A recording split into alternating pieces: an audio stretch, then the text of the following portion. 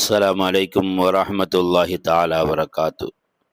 سبحانك لا علم لنا إلا ما علمتنا إنك أنت العليم الحكيم. رب اشرح لي صدري ويسر لي أمري واحلل عقدة من لساني يفقهوا قولي ربي زدني علما.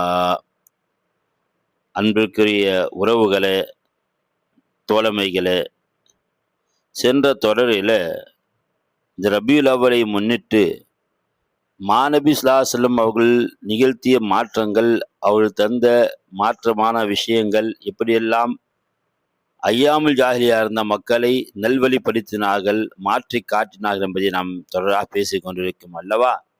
அது தொடரில் முக்கியமான 2 விஷயங்களை நாம் இங்கே பார்க்க போகிறோம். என்ன தெரியுமா? ஒன்று பெண்ணடிமைத்தனம், இரண்டாவது அடிமைகள் விஷயத்தில் எப்படி நடந்து கொள்ள வேண்டும், எப்படி நடந்து கொள்ளப்பட்டது என்பதை. உண்மையில் இந்த 2ம் மிக முக்கியமானது. எந்த அளவுக்கு மாநபி ஸல்லல்லாஹு அலைஹி வஸல்லம் அவர்கள் தங்களுடைய இறுதி தருணத்திலும் கூட இந்த அடிமைகள் விஷயத்தை பற்றி பறைசாற்றி கொண்டே இருந்தார்கள்.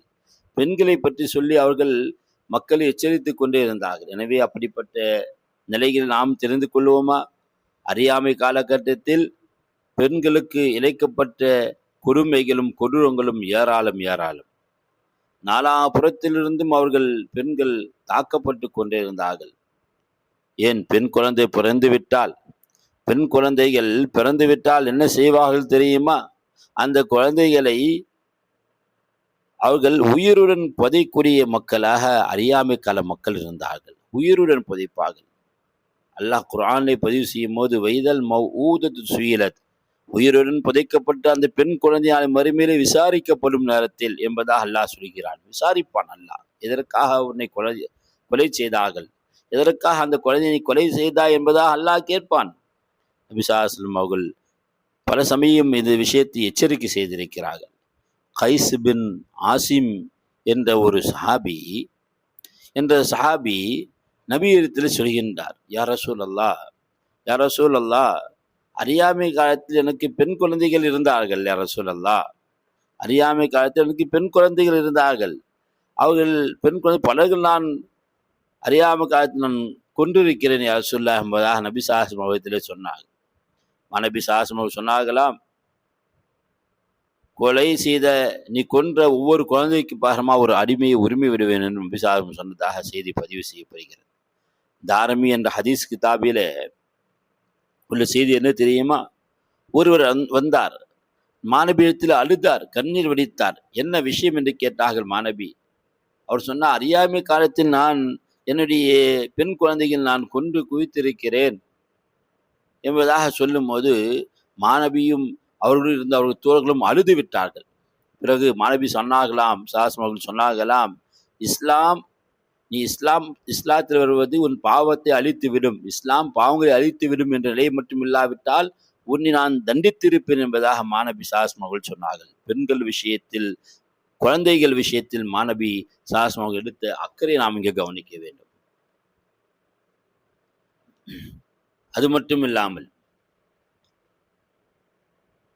பெண்கள் ஜாஹிலியா காலத்தில் அறியாமை அந்த பெண்களுடைய திருமண முறை எப்படி இருந்தது என்று பார்க்கும்போது நாம் இன்று எதிர்கொள்ளக்கூடிய ஒரு திருமண முறை ஒன்று இருக்கிறது. ஹிஜாப் கபூல் இருக்கிறது, சாட்சிகள் இருக்கிறது.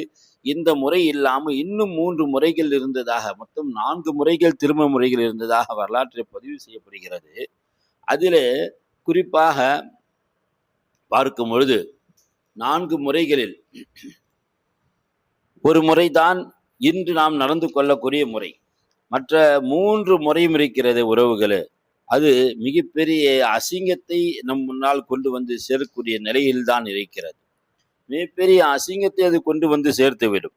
அப்படிப்பட்ட முறைகள் அவைகள். நாம் அதை வெளிப்படையாக பேசுவதற்கும் நாவால் கூசும். காரணம் என்ன? ஒரு ஆண் ஒரே நேரத்தில் பலர்களை திருமணம் செய்வது, பலருடன் உறவு கொள்வது போன்ற விஷயங்கள். எனவே தான் அதை நம் நாகரிகம் கருதி அதை சபையில் நாம் பேசாமல் இருப்பது நல்லது. பெண்கள், அது மட்டும் இல்லாமல் ஆண்கள் கணக்கின்றி திருமணம் செய்வார்கள். எத்தனை பெண்ணை வேணா கல்யாணம் பண்ணிக்கலாம். அப்படிப்பட்ட ஒரு நிலை இருந்தது. இஸ்லாம் ஒரு வரையறை கொடுத்தது. மாணவி சாஸ்ம் அவர்கள் ஒரு வரைமுறை அவர்கள் அமைத்து கொடுத்து, நீ நிக்கா செய்ய வேண்டும் என்று சொன்னால், நீ நீதமாக நடக்க முடியும் என்று சொன்னால், அதற்குரிய ஆற்றல் உலகத்தில் இருக்கும் என்று சொன்னால், நீ 4 பெண்களை நிக்கா செய்யலாம். அதுவும் மார்க்கம் பலவிதமான நிபந்தனைகள் விதித்து, கண்ணியத்திற்குரிய உறவுகளே, பெண்கள் விஷயத்தில் நிக்கா விஷயத்திலும் கூட பெண்களுக்கு என்று மார்க்கம் பலவிதமான மாற்றங்களை கொடுத்தது. நண்பர்களே, சகோதரர்களே,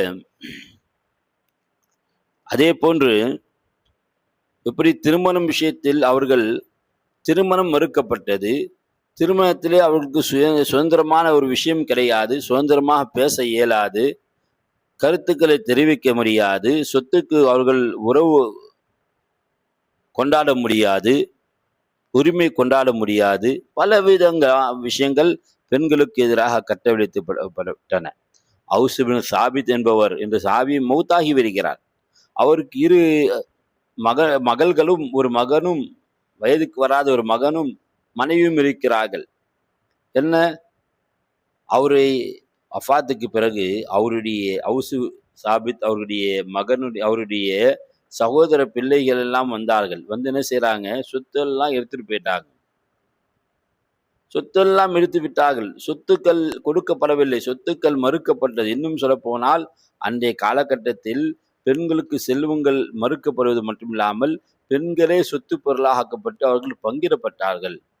எந்த அளவுக்கு, தந்தையுடைய மாற்றாந்தாய், தந்தை இறந்து விட்டார், தந்தையுடைய மாற்றாந்தாய் இருக்காருன்னு சொன்னால் அந்த மாற்றாந்தாயை ஒரு மகனார் நிக்கா செய்து கொள்வார். இப்படிப்பட்ட அங்கு அனாச்சாரங்கள் அங்கு பெருகி கொண்டிருந்த நேரத்தில் மாணவி சாஸ்ம் அவர்கள் பெண்களுக்கு சாதகமாக கருத்துக்களை பதிவு செய்தார்கள்.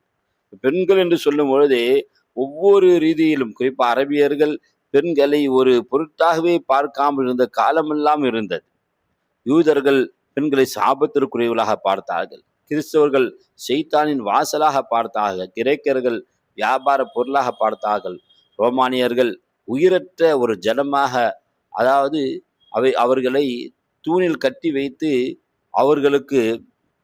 அவர்கள் மீது சூடான கொதிக்கும் எண்ணெயை ஊற்றி வேதனைப்படுத்துவார்கள். மாணவி சாஸ்ம் அவர்கள் தனக்கு பிடித்தமானவைகள், ஆனால் மாணவி சாஸ்ம் என்ன விதமாக மாற்றம் நிகழ்த்தினார்கள், தனக்கு பிடித்தமானவற்றில் 3இல் 1 நல்ல பெண்கள் என்பதாக நபி சாஸ்ம் சொல்லி, பெண்களை இந்த சமுதாயம் நேசிக்க வேண்டும், மதிப்பளிக்க வேண்டும் என்பதை மாணவி சாஸ்ம் நமக்கு தெளிவுபடுத்தினார்கள்.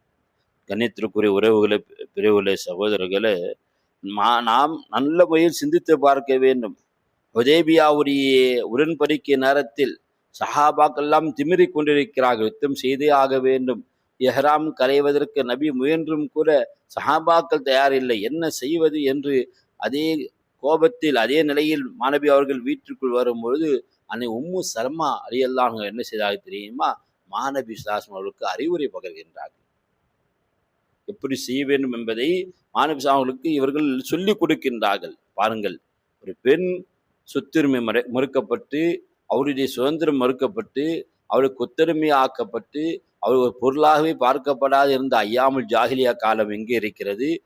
பிறகு மாணவி காலத்தில் நல்ல பெண்கள் அவர்கள் மதிப்பிற்குரியவர்கள் என்று சொல்லி அவர்களுக்காக வேண்டி பேச்சுரிமை, கருத்துரிமை, சொத்துரிமை அனைத்தும் வாங்கி கொடுத்தது என்று சொன்னால் அது மாணவி சாஸ்ம் அவர்கள் தான்.